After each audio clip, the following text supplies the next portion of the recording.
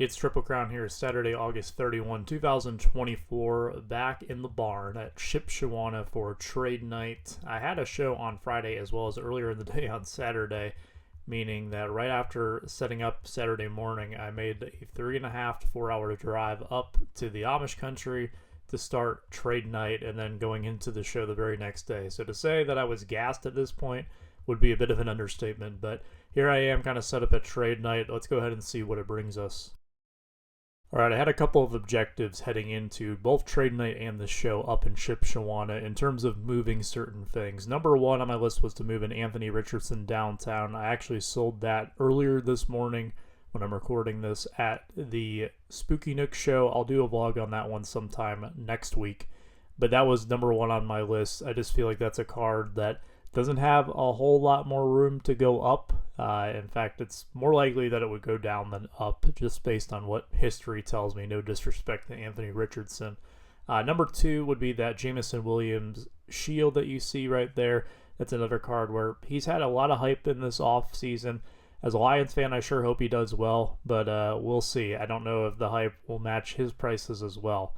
The last part of it would be this new Topps composite football that you can kind of see spread out there at the bottom of my table. This should be in the Spooky Nook vlog when I do that, but long story short, I had a friend who ripped about 4 to 5 boxes of it on release day. A couple of my other friends ended up bringing it over from the shop that was ripped at over to my table at the Spooky Nook show. We ended up working out a deal, and I took a chance on it. Of course, there's no sales on a lot of that stuff because it was a brand new product.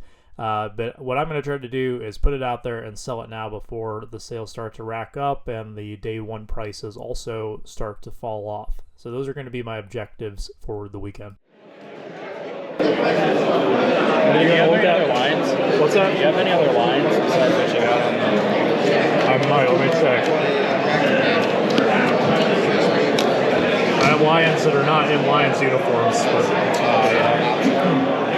not a big fan of those.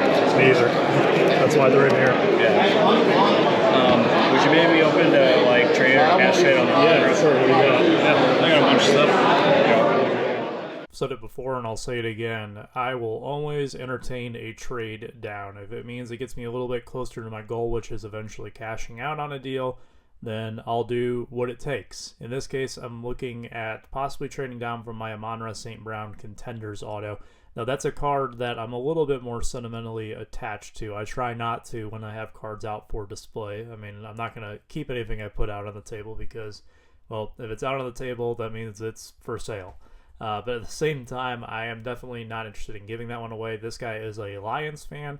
He's got a pretty cool Detroit PC. We are up near the Michigan border, so you kind of get a mix of different Detroit sports fans. That seems to be the predominant city, if you will, for where fandoms come from. But you do get a lot of people who support the Indy teams, a lot of people who support the Ohio teams. It is definitely more of a melting pot of the Midwest compared to a lot of the other shows I go to.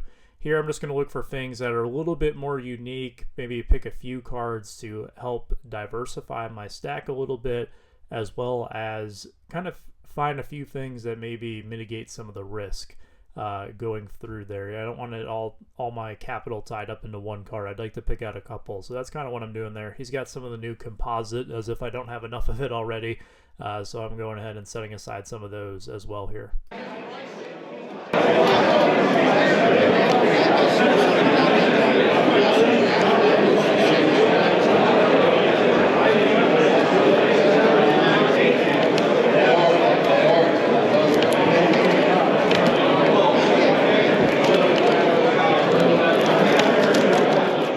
You might notice that I'm pulling out some things that are a little bit unusual for my channel. I'm actually pulling out a few women's sports cards. I have that Alex Morgan Flag Refractor. I have the Alyssa Thompson Parkside Auto.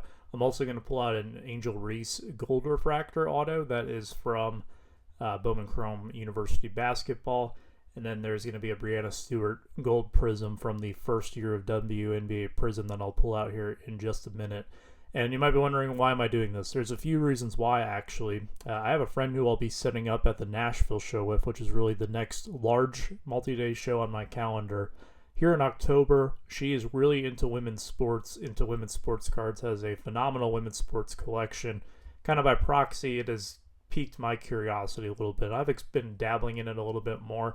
It's been a lot of fun. I told Eric those back pages, kind of texting about the show, that I kind of feel fatigued a little bit with the ultra-modern football game.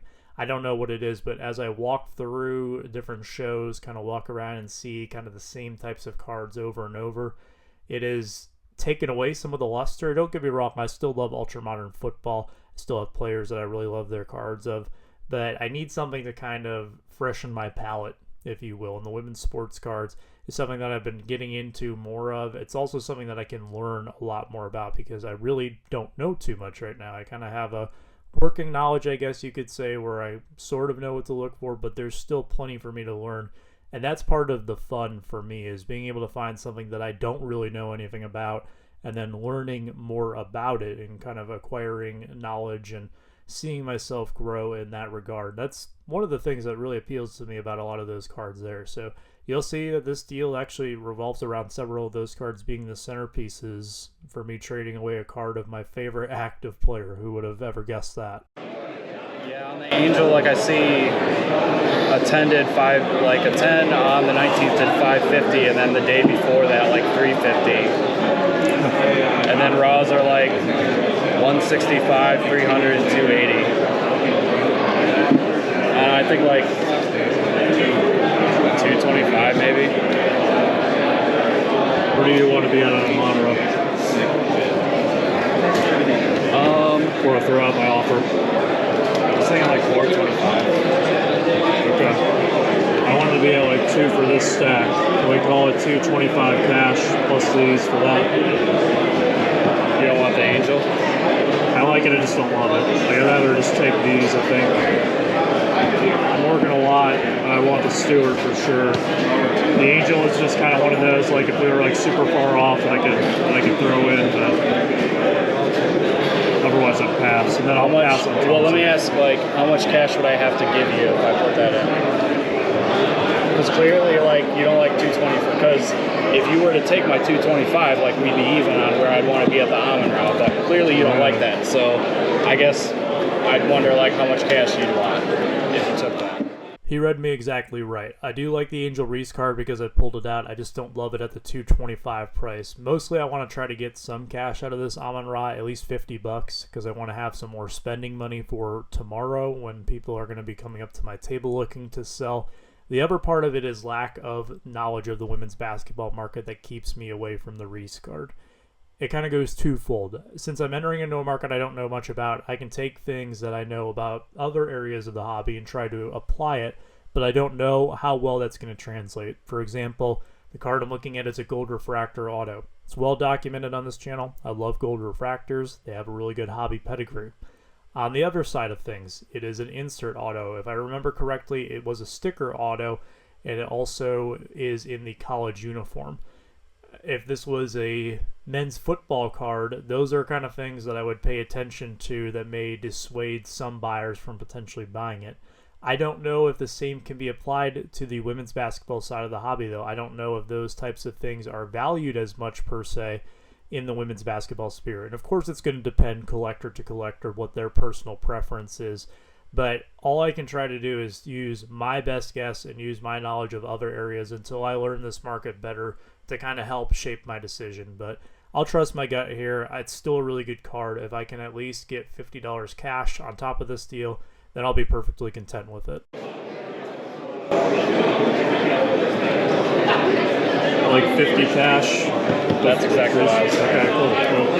Shake hands. Yeah, appreciate it. Not overthink it. I'll grab a picture. It worked out about as well as I could ask for. He had the same number in mind as I did. It was a pleasure working with him. We talked for quite a bit outside of the shots that you saw here in the video.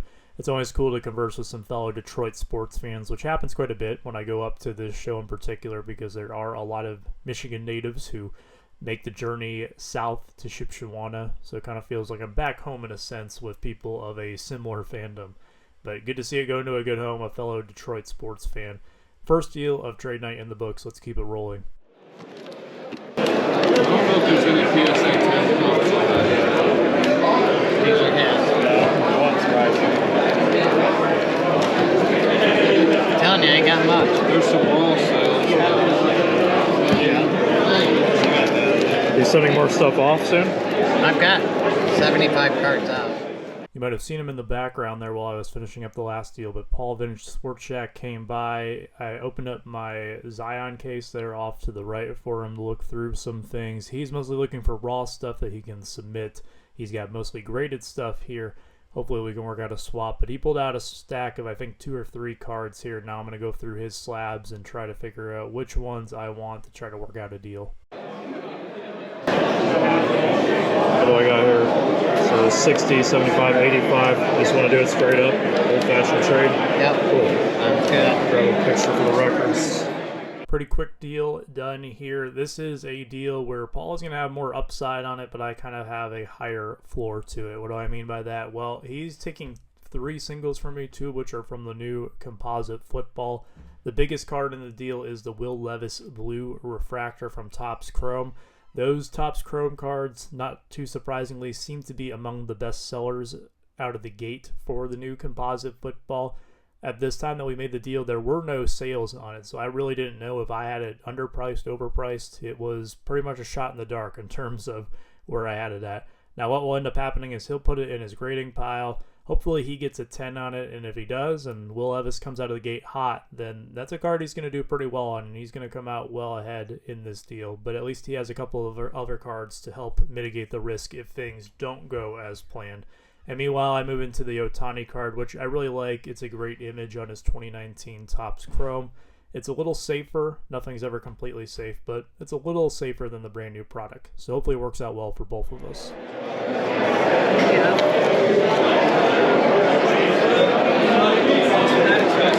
You do 20 on this one? Cool.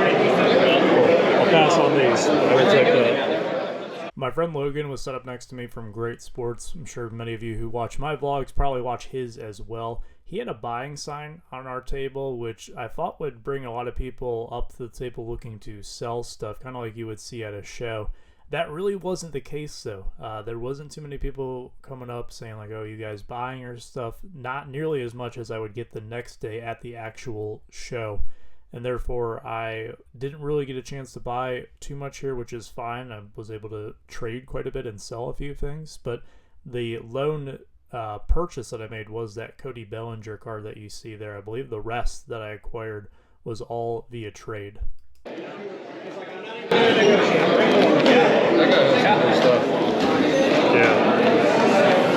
I wish I could have seen more of that Lion stuff that he had, because I know he had some Lion stuff hanging out at home. Well, I must not have pulled out many of the Lion stuff. I'd be curious what you have on those two. You can look them up, and yeah, that way. Do you know what you want for them? I think this one does I think it's under 60 bucks. I'm sure, and I'm not sure on this one. Like I said, I think that one does probably 35 to probably 45 maybe. I'm not 100%. It's more than that. Is it really? Yeah. Oh shit. Okay. I'll be robbing you blind at 35. You really Yeah, would? yeah. I'm glad you're an honest person. JT's the GOAT. I wanted to show him the sales on the Olave because I felt like he was really undervaluing it. As soon as he said 40, I knew that was going to be kind of cheap. It's the golden rule, treat others the way you want to be treated. If I was way undervaluing a card or I hadn't seen some recent sales, I'd appreciate it if someone told me that too. That probably wouldn't change my asking price on something, but still, it's nice to know when people have your back, or at least they're trying to look out for you and make it fair. I guess this one's around 50-ish. Okay. So what would that be? Probably 120-ish, somewhere in that neighborhood? Yeah, I'd offer 100 on the pair. Right. How much can you get them off of this? A little bit? A little bit, yeah. Do you want this one? Yeah. I'd come down to 220 on it, so if you wanted to add, like, if we say, like 100 here, so like 120 bucks, add to that.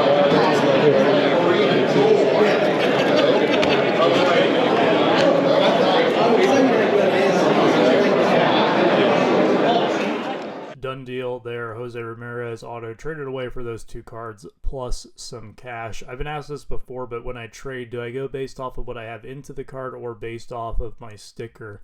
Really, the answer is kind of both, but really I ask people where they want to be at on the card. You kind of saw it with the Amon-Ra auto. And then you saw it again there with the Jose Ramirez, where people will tell me kind of where they value the card at in terms of where they want to be at on it trading wise. And that's the number that I'll work off of. Now, I will keep that in mind compared to what I'm into it for, as well as what my sticker is.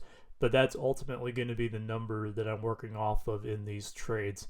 Now, am I going to trade straight up value for value? It really just depends on what it is, and I'll talk more about that in a deal that I actually make tomorrow. All right, that's going to pretty much wrap up the trade night vlog. I ended up making one straight up sale after the Jose Ramirez deal. It was for my Jason Tatum Galactic here that you can kind of see in the background of this clip. But that was pretty much it. I walked around the trade night for about the last half hour or so. Didn't really see anything that I had to have that jumped out. I wasn't really feeling going through some of the value boxes people brought with them. Quite frankly, I was pretty exhausted. I was ready to go crash into bed at my hotel down the road. So I wasn't really looking to buy too much. I'd rather get a good night's sleep and then try to get back at it the next day. But that's going to wrap it up for me today. I'll try to have the actual show vlog out tomorrow. If not, it'll be Friday. But until then, take care, stay safe, be kind.